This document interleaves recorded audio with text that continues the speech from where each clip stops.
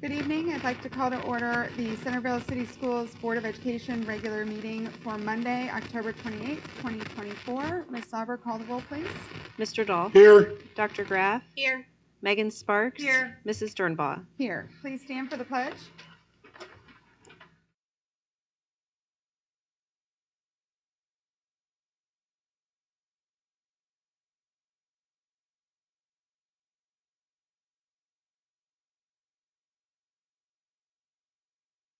Is there a motion to approve the agenda as presented?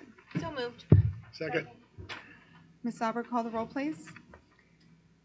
Mr. Dahl. Yes. Dr. Graff. Yes. Megan Sparks. Yes. Mrs. Sternbaugh. Yes. First up is going to be honors. So for honors tonight, as I mentioned earlier, tonight we get the opportunity to recognize our National Merit Semifinalists and our National Merit Commended Scholars. It's always a great evening for us to recognize our students and the work that they do in the classroom. I would like to invite Mr. Carroll up to the podium with Allison Dernball, the board president, who will actually call each of our scholarship winners or semifinalists and commended scholars to the podium and be able to recognize our students tonight. Thank you. Good evening. Thank you to the board for inviting us to be here to recognize this year's National Merit Scholars. The PSAT serves as initial screening for the National Merit Scholarship Program. Last year, these students were part of the 13 million juniors from 21,000 high schools across the United States that took this PSAT in hopes of receiving this recognition. Only 50,000 students qualified for the program, and about 7,140 will end up receiving scholarships for undergraduate study through the program. That's just a great recognition for our students, though, so I'm excited to introduce them to you. We are here today to recognize the 18 of the best seniors. They're going to be National Merit Commended Scholars and National Merit Semifinalists. And we'll start with our National Merit Commended Scholars. And so you can come up and get your awards here. We have Haley Harris, and we can clap for every kid, even if they're not here. Minjai Kim. Griffin Rhodes. Maheshwar Sai Ganesh. Elijah Smith. Mahesh and then Elijah.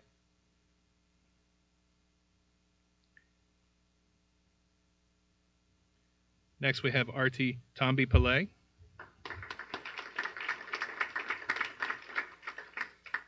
Ava Timmerman.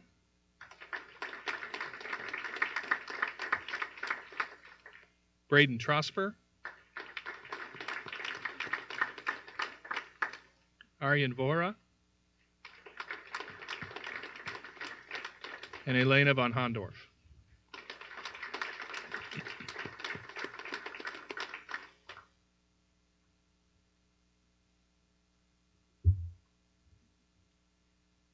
And for our National Merit Semifinalists, we have Amanda DeMarco.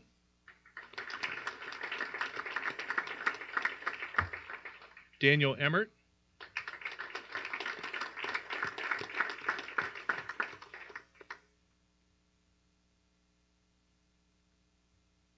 Aaron Florence.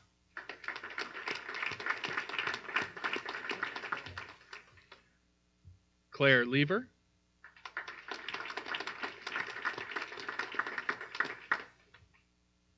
Wanho Lee.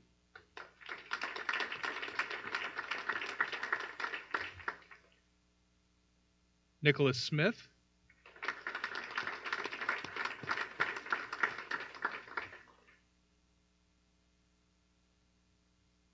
Nicholas Tharaldson.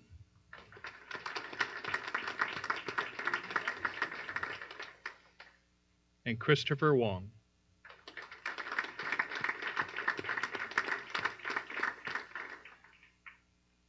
The 8 semifinalist seniors will have the opportunity to continue in the competition to earn National Merit Scholarship later this spring. We celebrated recently with the students and their families on October the 10th. We had a reception for them. Part of that ceremony is one of my favorite times of the year, where they get to introduce their families to us and talk about the impact that their families have had, and also the programs from Centerville High School. And we try to share, for the students, so you know, we try to share that with your teachers so they could all hear the great things that you said about them. So it's certainly a bright spot in our year every year. The future is certainly bright for all these students. We wish them all the best as they continue. Congratulations again, scholars.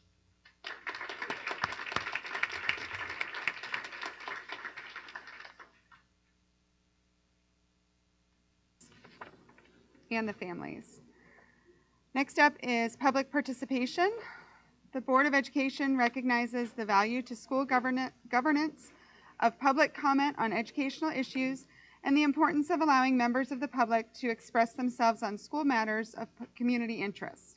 The presiding officer of each board meeting at which public participation is permitted shall administer the following rules of the board. The portion of the meeting for participation of the public shall be limited to 30 minutes. Attendees must register their intention to participate on a sign-up sheet 30 minutes prior to each meeting. Individuals may not register others to speak, and no participant may speak more than once.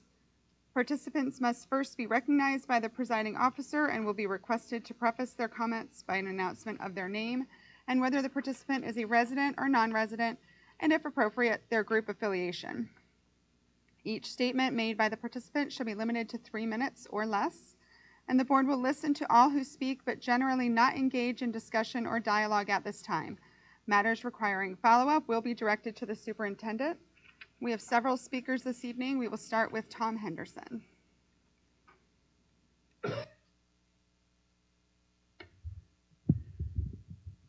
Thank you, Mrs. Dernball. First of all, I'd like to start off by thanking the Board of Education and Mr. Wesney and his administrative team for all of their leadership for the last couple of years. I can imagine and know full well the conversations you've had. So thank you for your leadership, and thank you for always doing the right things for the students of our school district. So thank you for that. My name is Tom Henderson. I live at 372 Willowhurst Drive. I've actually been a resident here of Centerville for over 50 years. I grew up here. This is my home. This is my family's home. This is also the place that my dad moved our family when he was transferred up here because he wanted his family, my brothers and sisters and I, to grow up in a town and in a situation that would be excellence in everything. And so that's really going to be the focus of my talk tonight. I'm here talking in support of issue 31. It's a very important issue for Centerville City Schools. So, like I said, I've been a resident for over 50 years here. I attended Centerville Middle Schools. I met my wife here, Marianne. She's a graduate of Centerville Schools. We have 2 boys who also graduated from the school district. And now we have 2 great grandchildren who are also in the school district, a 4-year-old at Primary Village North in the preschool and a 3rd grader at Driscoll.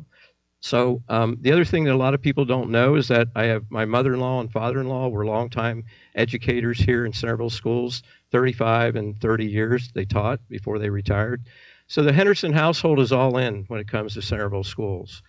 And many times I had the opportunity, like we saw tonight, to honor great things that were happening in our school district.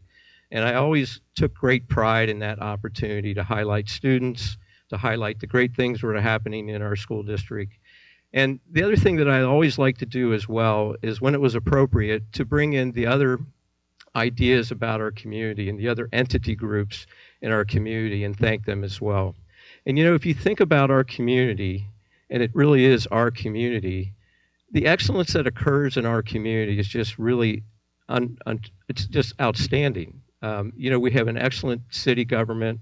We have an excellent Washington Township government. We have a great library system and a fantastic park system, and obviously an excellent school district. And as I was thinking about coming here tonight, I just worry, and I just can't imagine that the Centerville Washington Township community would expect or tolerate anything less than excellence.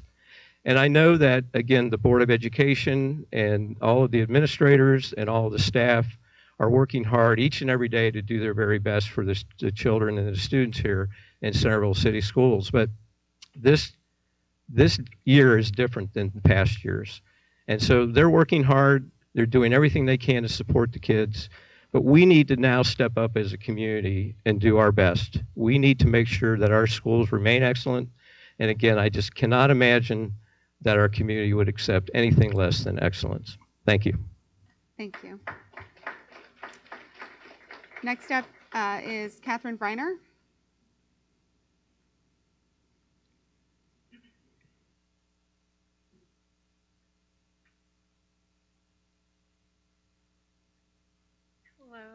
My name is Catherine Vreiner, Kate Vreiner, and I've been a Centerville resident for almost 4 years now, but we actually moved here when I was in the middle of 7th grade.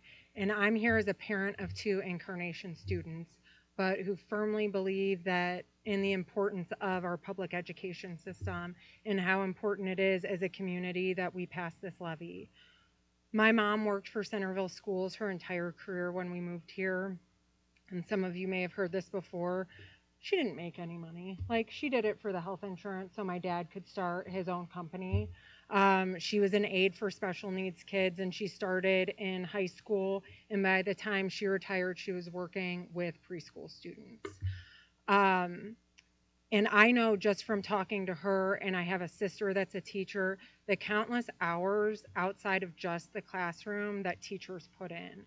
And the things that we ask our teachers to do day in and day out, whether it's run clubs, coach teams, this is a calling for them that not all of us have. You would not want me teaching your children. It is not my skill set, and I'm very fully aware of that. But it's not just about the in-class education that's important, that is making our students well-rounded in the community. It's having the ability to play sports. It's having the ability to be in the arts. It's having the ability to do different clubs that are even kind of outside of those, like Lego Club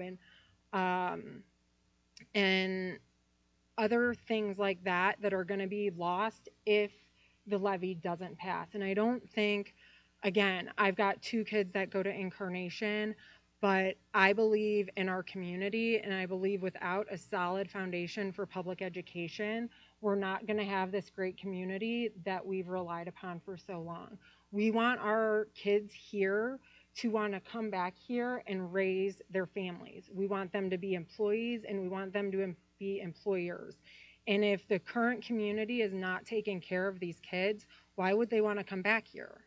And so I think it's really important that all of us, yes, I understand that it's a burden on us to have to pay more, but I think it's a burden that we took on when we decided to move to this area, because we moved here for good education.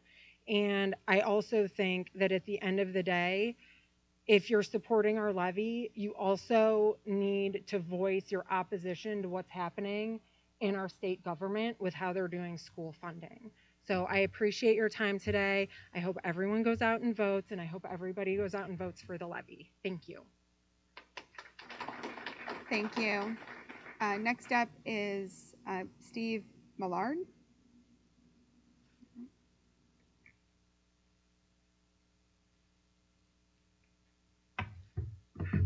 First of all, thank you to the board for allowing me to spend a few minutes up here and speak to you. And thank you to the community for listening to me as I pontificate for the next 30 minutes. Just kidding. 3 minutes, actually, yeah, about 2 minutes and 50 seconds now. So let me tell you a quick story. We moved here 36 years ago. My wife grew up in Centerville, and I moved her away from this area. We came back. I had an opportunity to get transferred anywhere in the country I wanted to. I had opportunities in San Francisco and Seattle. I grew up in the West Coast. We moved here 36 years ago primarily because of the schools, the excellence in the schools. Could have gone anywhere, chose Centerville. Very, very proud of that. I have raised 3 kids here, all graduates of Centerville School. I now have 4 grandkids in the school system. My wife, Suzanne, who I'm also speaking for here tonight, is an employee of the school district. So I am biased, that is true, but I'm also very real about this. On November the 5th, we have a generational decision to make. There is no question about it. This is the most important vote we will answer in quite some time now. And this is where it gets really difficult, right? I'm retired now, so I feel the pain of the gray hairs in this group. I feel your pain. I know it's hard. Our property taxes, my property taxes will go up a few $100s. I get that. It's going to hurt. But let me tell you this. If we do not invest in these bright young people, if we do not invest in this community right now, our property values will drop by thousands. Go up by hundreds or drop by thousands. You can pay me now, you can pay me later, but we're going to pay for excellence here. We have a choice to make. It's a generational decision we have to make right now. That's the first vector. The second vector is we owe it to the community, we owe it to the students to give them the education that we all have deserved or that we all have enjoyed over the years, that my wife enjoyed 36, 40 years ago in Centerville schools. We owe it to this generation to give them what they deserve. There's a saying that I like to tell my children and my employees when I was in the software business for 40 years, and that is success isn't owned. It is leased, and the rent is due every day. Our rent is due now as people who are community members and believe in these students, and I ask you to vote yes on the issue on November the 5th. Thank you.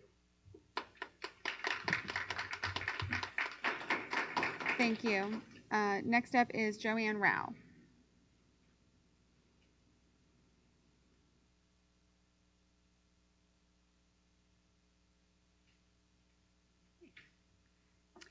Good evening. I'm Joanne Rao. I've been a resident of the community since 1986. I live at 1370 Seminary View Drive, and I'm currently a Centerville City Council member, although I'm speaking for myself this evening. Thank you for the opportunity to voice my support for the school levy. We live in a wonderful community. What makes it special are the civic-minded residents who have supported this community over the generations with their generosity in both time and financial support. Our community benefits from that generosity in stable and increasing home values, great schools, parks, libraries, and thriving businesses. I'm from Northern Ohio. I'm going to tell you a little story. I first heard of Centerville High School when I was working in the Dean's Office of Engineering at The Ohio State University as a college student. I reviewed high school science and math scores to identify students to be invited to the college for a tour. Centerville High School came up over and over again. That reputation continues with the 5-star rating from the Ohio School Report Card. Thank you for that. The children in our community have amazing opportunities I would like to see continue. I'm going to touch on just a few. The high school offers 27 advanced courses and 19 career education programs. Students can earn college credits while attending high school through the College Credit Plus program. I first learned about the School of Possibilities this year. For those who may not have heard of it, it's an extension of the high school and works with students who have difficulties in succeeding in a normal school setting. This program helps them obtain their high school diploma and develop goals for their futures. And of course, there's the 77 high school and 28 middle school athletic teams and over 80 separate clubs. We have amazing teachers. Another short story. My daughter's math teacher offered to meet with my daughter during zero period, which is before classes start, to help her with her math coursework. This made a huge difference, not only in her high school career, but in her college career. Our school students also give back to the community. Last year's Spirit Chain raised more than $60,000 for 3 local charities. This annual competition with Kettering Fairmont has raised more than $2.8 million for charity over the past 38 years. Our greater community doesn't just attend sporting and arts events, but it also gets involved. For example, we have parents and other community members that serve as academic volunteers, supporting over 4,000 students. Young families with small children have started to move into our older communities and neighborhoods. The major reason they choose our community is the quality and reputation of our schools. My children graduated with many years ago, and I'm supporting this levy so my neighbors' children will have the same opportunities. Thank you. Thank you. Thank you. Next, I'm getting a head shake. Okay, we're gonna skip. Stephanie Putnam.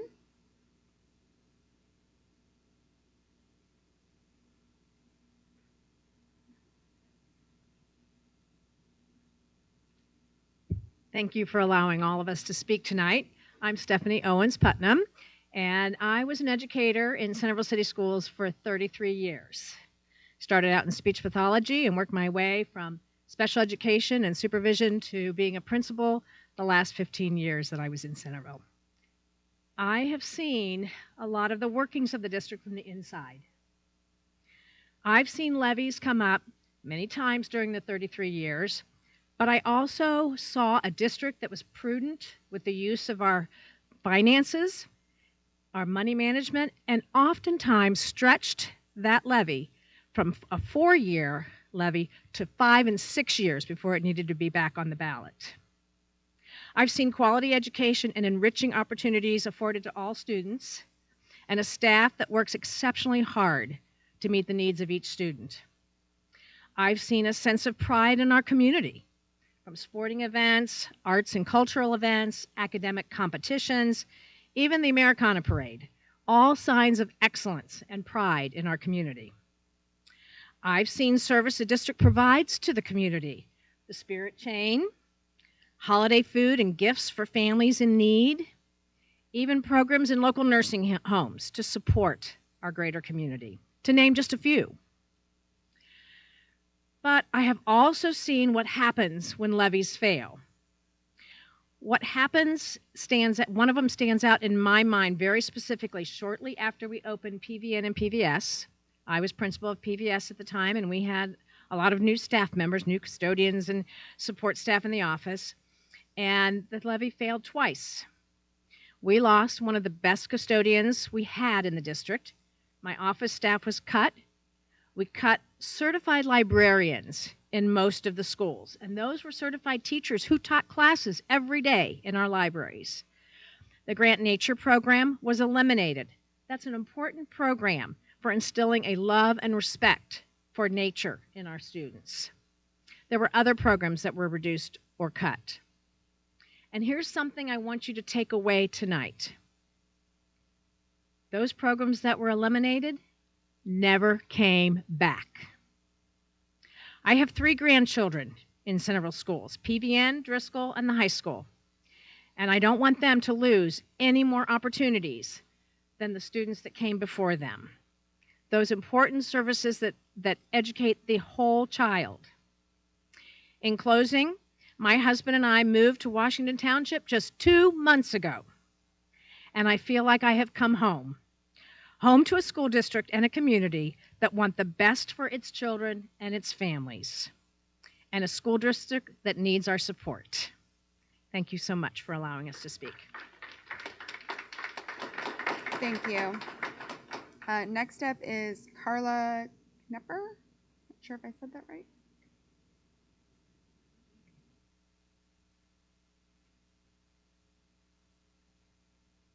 Good evening. Thank you for the opportunity to speak tonight. My name is Carla Knepper. I am a resident of Washington Township, and I'm also a parent of 2 children who are at John Hole. My family and I moved to Washington Township only 4 years ago. We very specifically moved to this community for the schools. We lived in the Dayton region before. My husband works in Cincinnati. I work downtown. We had a choice, and we chose to move to Centerville for the amazing school district that we have here. I have 2 4th graders, and I will tell you, I've had the opportunity to volunteer in their school building a few times. And first of all of you who are here as teachers and administrators, you are saints, and you deserve medals. And if I could, give you a raise, I would, because I struggle parenting 2 children and raising 2 children. You have 20, 25, and 30 children in your classroom. They come home well-educated, cared for, and learning more every single day. My husband and I both grew up in smaller districts, very good districts, but smaller districts here in Ohio. And we picked Centerville because of the great opportunities that are here. There was not a ski club. There was not a Lego club. There was not Destination Imagination. That didn't exist. And we want those opportunities for our children and for their friends and for our community. More importantly, I would ask, why do you live in Centerville? Why did you move to Washington Township? And as you are voting, think about what brought you here. Much of what makes our community great is this school district, are the teachers, the administrators, and the students who come out of that school district. They are our future, and if we can't vote yes for them, what are any of us doing here? Because all we can do is pay it forward for the next generation who comes behind us. So what I would ask for you to do when you vote, don't just think of yourself. I think we all would agree that we are in a time where it's important to think about how our decisions impact those around us, how they impact the future generation, how they impact our neighbors, and how they impact our friends. So don't just think of yourself, but think of the family who's working a night shift, maybe at one of the hospitals, who wants their children to be able to participate in sports, and they won't be able to if there's no busing. Think of the family who has 2 working parents, like my own, who use the Voyager program to be able to work, to be able to contribute to our economy, to be able to live here. Think of that. Think of the children who get exposed to the great parks, to the nature, to the civics program, to really important community materials that we have, thanks to the field trips that we offer them that won't exist anymore. And if you have to, think of your home value, because I know since I've moved here, my home value continues to increase, and I am expecting it to go down if these levies continue to fail. So if you need to think in your own pocketbook, think of your home value and think of what you want to be there when it's time for you to leave this district to the rest of the community. So I appreciate your time. I thank you, and I ask you to think beyond yourself and to think of our future when you vote yes.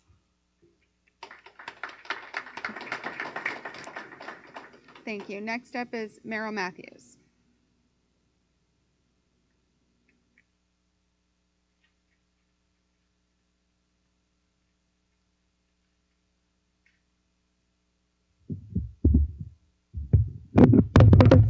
So unfortunate. I don't usually need a microphone. It's okay. Okay, that is a great start. Hi, I'm Meryl Matthews, and I have I'm a graduate of Centerville Schools, but I've also been teaching here in Centerville Schools for 28 years, all 28 right here in Centerville. It's something I'm really, really proud of. So I'm not on Facebook, but sometimes I get a screenshot of some things sent to me that come from the Vote No page. And there's a reason I'm not on Facebook. It just makes me upset. So I just choose not to make myself upset on a daily basis. But recently, some people have been sending me posts from that Vote No page. The most recent one was something about teacher salaries. And it's just another example to me of some of the misinformation that I've seen spread on that. A lot of that was inaccurate information. And it's just another example to me of people spreading misinformation and criticizing our area of expertise. So that 28 years of Centerville, what people don't know is how hard I've worked to get to where I've been in my 28 years. I've worked and paid for my continuing education. I got my master's degree and my master's plus 30, all of which I paid for out of my own pocket. Just recently, I took on a new position in the district. After 28 years of teaching the same grade, I've taken on a job from kindergarten to high school. And I have to get another certification to do that job. And I am currently enrolled as an online student, getting more education and also paying for that myself. All of these things make me a better teacher. And I believe that as in other areas, I deserve to make more as I receive more education and have more years of expertise. I would think that's what people would want for their kids, to have teachers who want to do better and are constantly want to learn. So while there's always improvement in any area, I have zero doubt that our board and our district administrators are always making the very best decisions and are making decisions that are in the best interest of their teachers, of their students, of their community, financial or otherwise. So why people speak against the levy, I don't understand. I don't understand speaking out against an area that is not an area of expertise for you. I want you to trust the people that know. I want you to trust the educators that do this job every day. I want you to trust the people that we've elected to be on our board and the people that we have in our administration. Issue 31 is crucial. We need the support of our community to continue to be excellent. Thank you.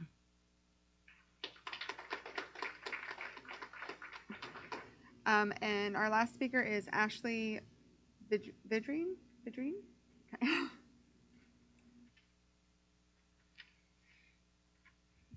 Hi, my name's Dr. Ashley Vidrine. My family and I moved to Centerville at the end of 2018. We're a military family. At the time, we had an 18-month-old, and I was pregnant with my daughter.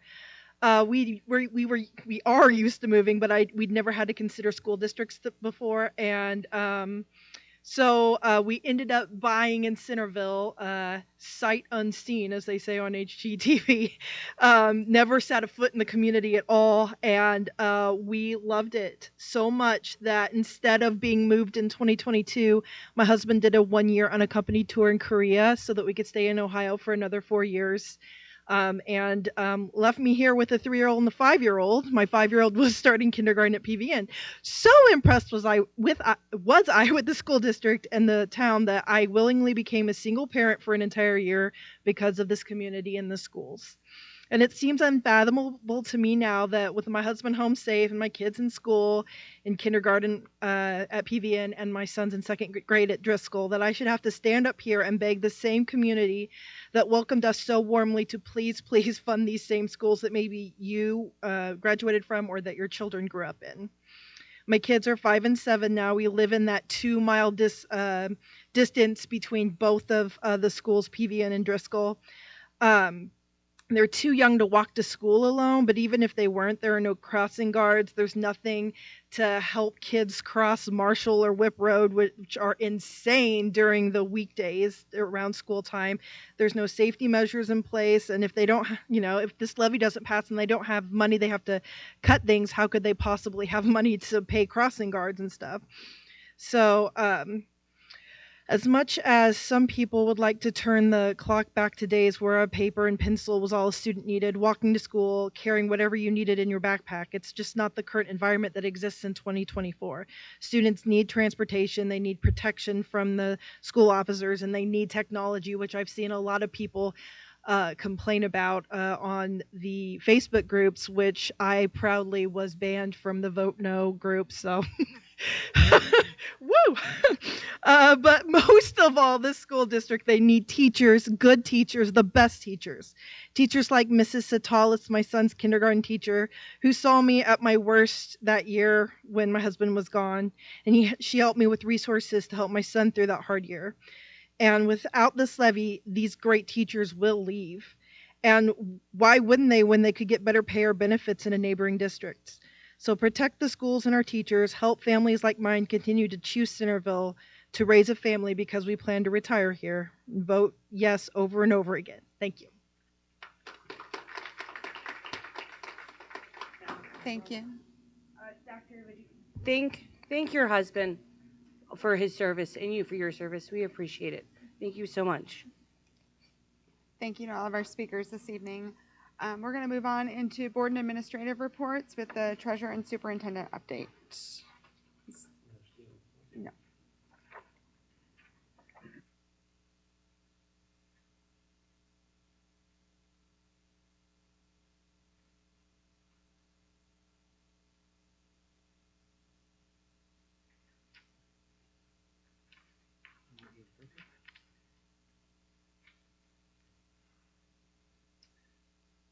So good evening, everyone. On the way up here, Laura and I are trying to choose who's going to go first because a lot of our presentations, if you've seen our presentations throughout the last year, we've done a lot of community forums where we've gone back and forth in some of our presentations. So tonight, it's just an opportunity to talk to the board again. In this particular slide, we talk about the disclaimer, the fact that we're sharing factual information in regards to the district and the levy that's on the ballot. We have permission to do that. As long as it's levy or a bond issue, we can share that factual information amongst the community. So tonight's presentation is really kind of taking a look back in the past a little bit and talking about some of the presentations and some of the questions that we received, some of those presentations over the course of the year.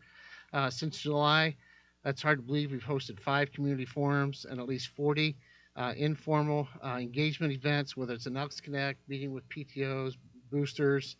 We're really just about any group who's willing to listen to the superintendent or somebody from the district to talk about information or factual information from the district. So why try for the third levy?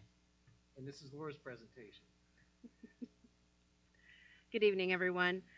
That's one of the questions that we have typically been getting is, why are we back on the ballot here for a third time? Everyone knows that in November of 2023 we failed, and in March of 2024 we failed, and we did try to listen to the feedback after each of those failures, and we've made changes to the levies each time we've made requests. In November of 2023, we had a 5.9 mil combination levy on the ballot that would generate about $12.9 million total between mostly operating, but then some permanent improvement costs. When that failed a year ago, We came back to you, the board, after some community forums and additional conversations, and went back on the March ballot in 2024 for a 3.9 mil operating levy. We took the permanent improvement piece off of that, not because we don't need the permanent improvement funds, but because of feedback that we received, we needed to focus just on the operating costs of the district. And so we were back for 3.9 mils that would generate about $11.2 million in revenue.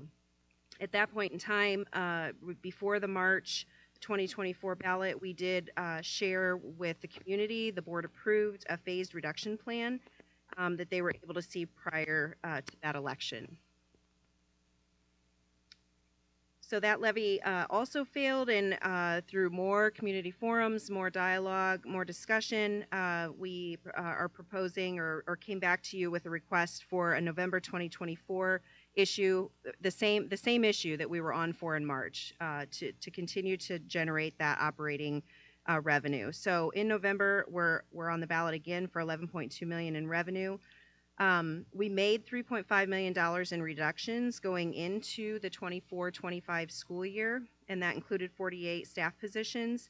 We also throughout the spring negotiated a contract with the Centerville Classroom Teachers Association that negotiated a 0% base increase for all employees of the school district. That's important because of the compounding effect that salaries have on our financial system. But really the bottom line is that the way schools are funded in Ohio, especially districts like Centerville, the need for the additional funding does not go away. So without the additional funding, we're going to be facing additional cuts to some of our comprehensive supports and services and programs that we offer. And we're going to have difficulty keeping up with our strategic plan initiatives. So this is a little bit of a visual about our 5-year forecast and our current finances. And the green line on the graph shows that relatively flat funding that we receive. So we are on a guarantee from the state of Ohio, and our revenue from our voted levies stays pretty much the same year over year because of House Bill 920. And so you can see again in the picture that the revenue stays flat, but our costs continue to rise. This line incorporates those reductions that we made. It incorporates the negotiations impacts, but inflation takes over and our costs continue to rise over the years. And so the yellow line shows our cash balance, and you can see that if we don't increase our revenue stream or make further reductions or a combination of the two, we're going to spend all of our cash reserves, which according to the state of Ohio, we're not allowed to do. If the November 2024 levy fails, the first time that we will be able to collect additional revenue is 2026, because that happens on a tax year cycle and not a school year cycle. So any year in which, calendar year, in which a levy is passed, you collect the money the next calendar year. So our next opportunity would be sometime in 2025 for collection in 26. So that's a long way out from now. So this chart illustrates about a 25-year cycle. A couple of those years are projected at this point of the levies that the district has had since 2003. You can see the green arrows that show when we've passed for new operating funds. So these were additional funds that were added to the district's general fund. It's every 4 to 5 years, and in 2019, that's the most recent time that we received new funds. We're going on 6 years now at this point, if we're not successful here in 2024. The yellow line shows our current finances, and you can see that cash balance drops off. With the passage in November, you can see what happens, that cash balance stays healthy out for the next 5 to 6 years at this point.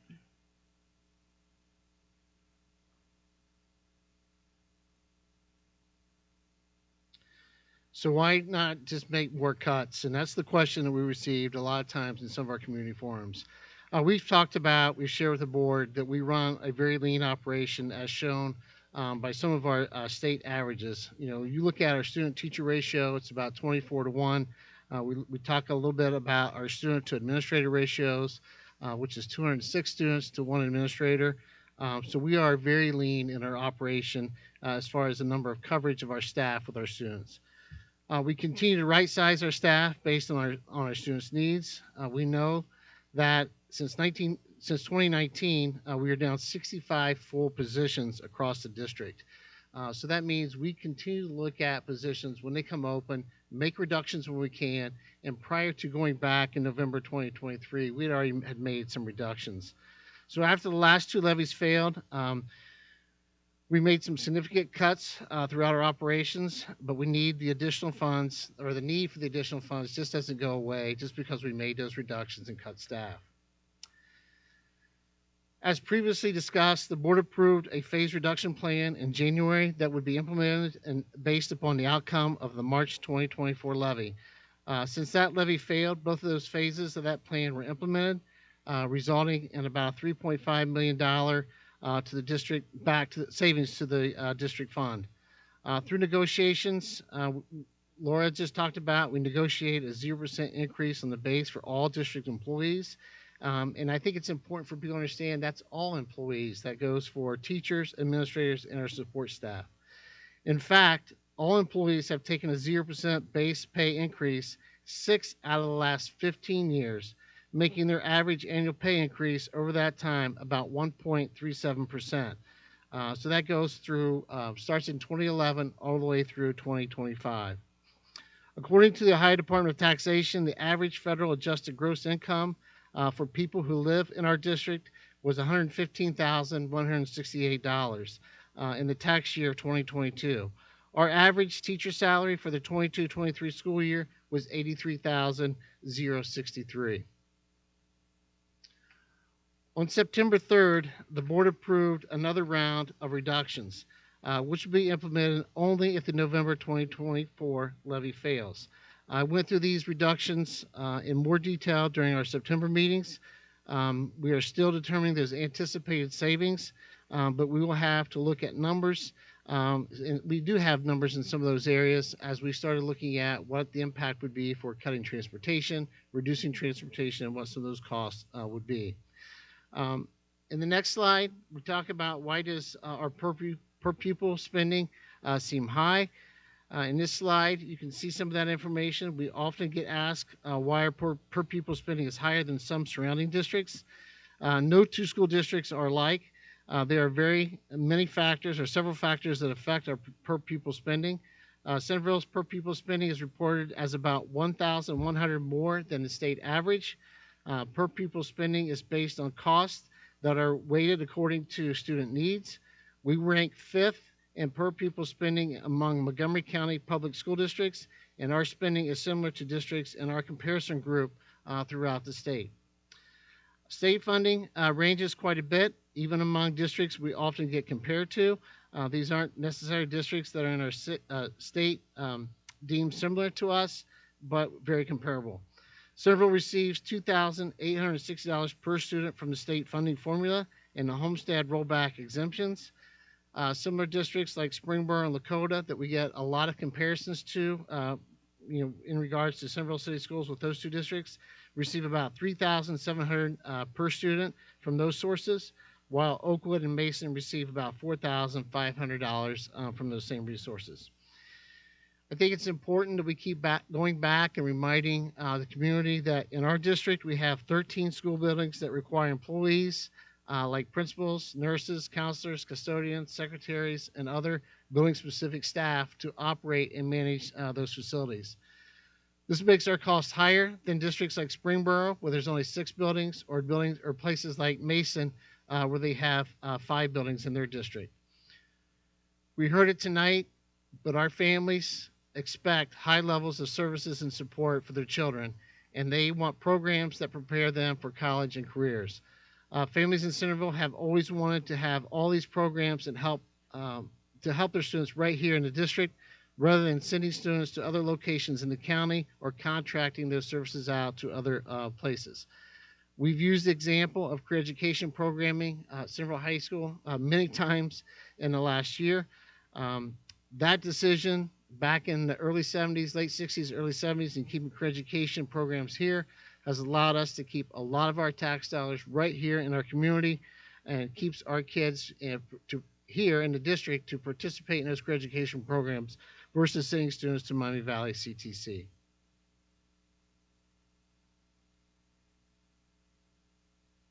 So we have a great website that people can turn to find the facts, but just to review those tonight, the facts of issue 31. Election day is Tuesday, November 5th. It is a 3.9 mil continuing operating levy that's on the ballot that will generate $11.2 million a year for our ongoing operational expenses. The cost to the owner of a $100,000 home is about $11.38 a month. We've worked real hard. Mrs. Swan has done a great job with improving almost every day our website to get all of the facts out there. And so if you go to our website, in the very top right-hand corner, you're going to see a button that says issue 31. You can click on that or go to our website and /levy for more information. Any questions for us tonight?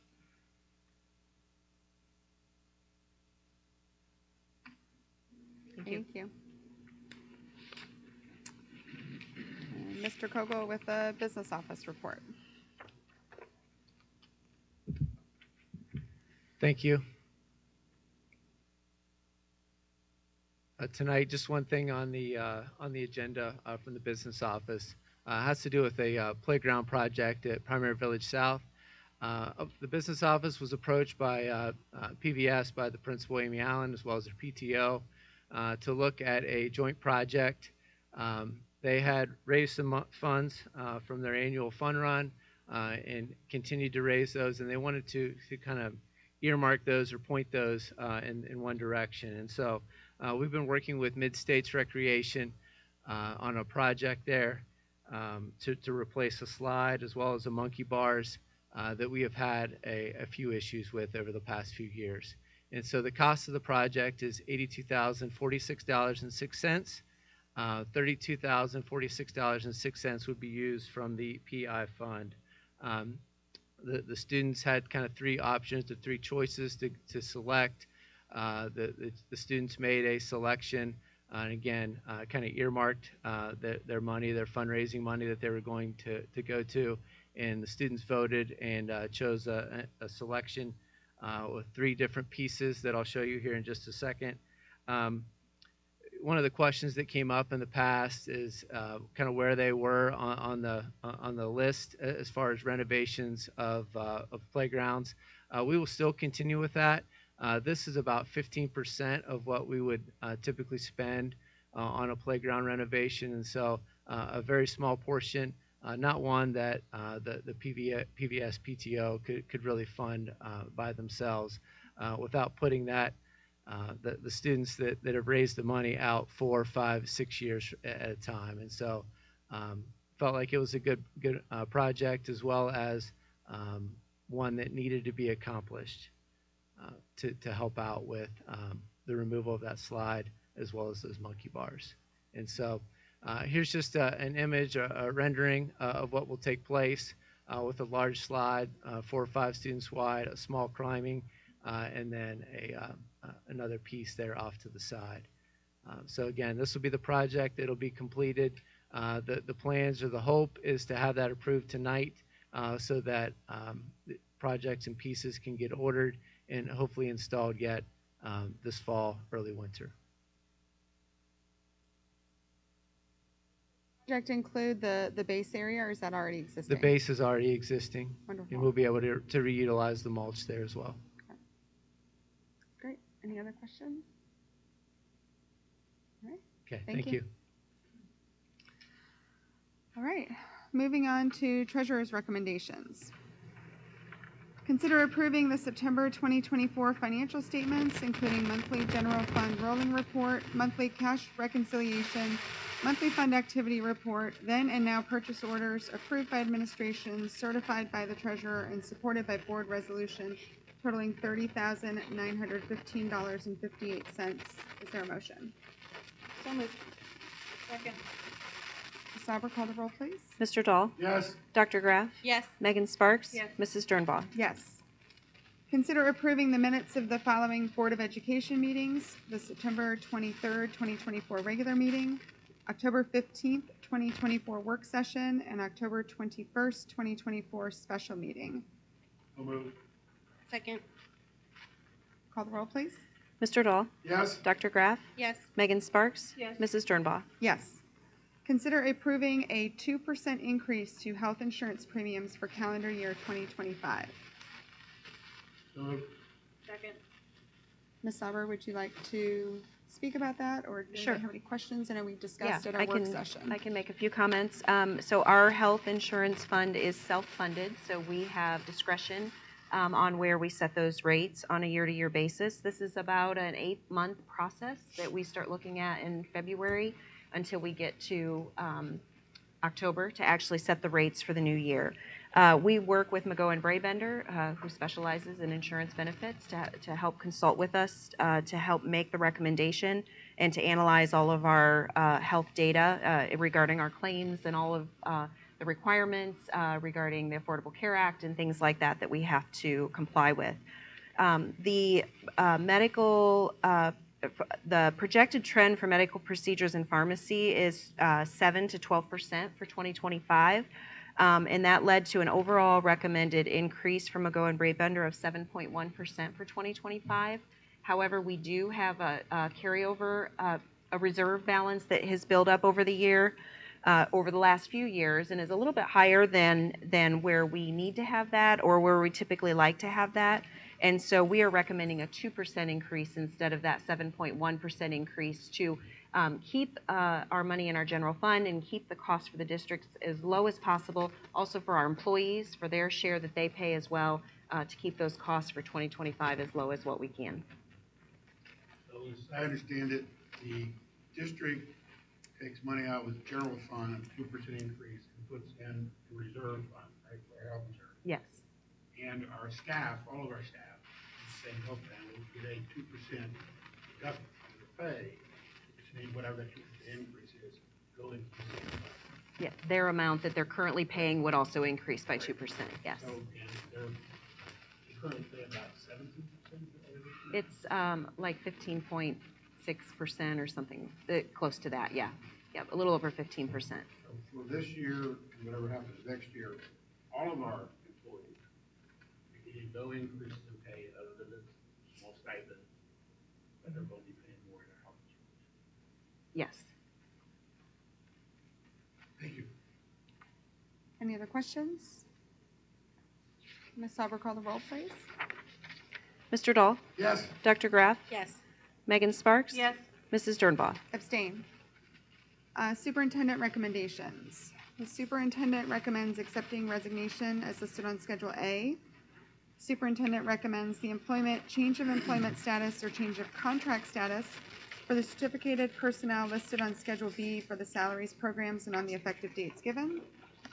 The superintendent recommends the employment or change of employment status for the support staff personnel listed on Schedule C for the salaries, programs, and on the effective dates given. Superintendent recommends the employment of the personnel listed on Schedules D and D1 for supplemental contracts or extra duty assignments. And the superintendent recommends the granting of leaves of absence for the personnel listed on Schedule E for the reason and on the dates given. May I have a motion? Second. Call the roll, please. Mr. Dahl? Yes. Dr. Graff? Yes. Megan Sparks? Yes. Mrs. Dernbaugh? Yes. The superintendent, recommends the employment of the personnel listed on Schedule D2 for the supplemental contracts or extra duty assignments. Second. Call the roll, please. Mr. Dahl? Yes. Dr. Graff? Yes. Megan Sparks? Abstain. Mrs. Dernbaugh? Yes. Consider approving the 2025 Board of Education meeting schedule as previously discussed. Second. Any further questions regarding the schedule we looked at a couple weeks ago? Call the roll, please. Mr. Dahl? Yes. Dr. Graff? Yes. Megan Sparks? Yes. Mrs. Dernbaugh? Yes. Consider a resolution approving the procurement of playground equipment from Mid-States Recreation through the participation in a competitively solicited cooperative contract through Sourcewell for Primary Village South. A combination of permanent improvement funds and PTO reimbursement will be used for the project. So moved. Second. Call the roll, please.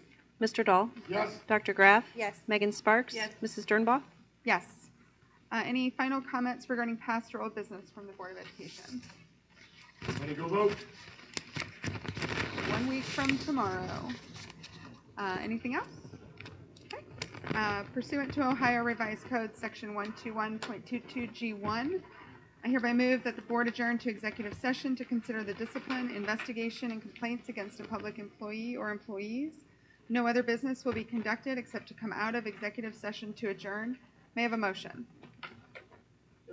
Second. Call the roll, please. Mr. Dahl? Yes. Dr. Graff? Yes. Megan Sparks? Mrs. Dernbaugh? Yes, thank you all for coming. We are in executive session.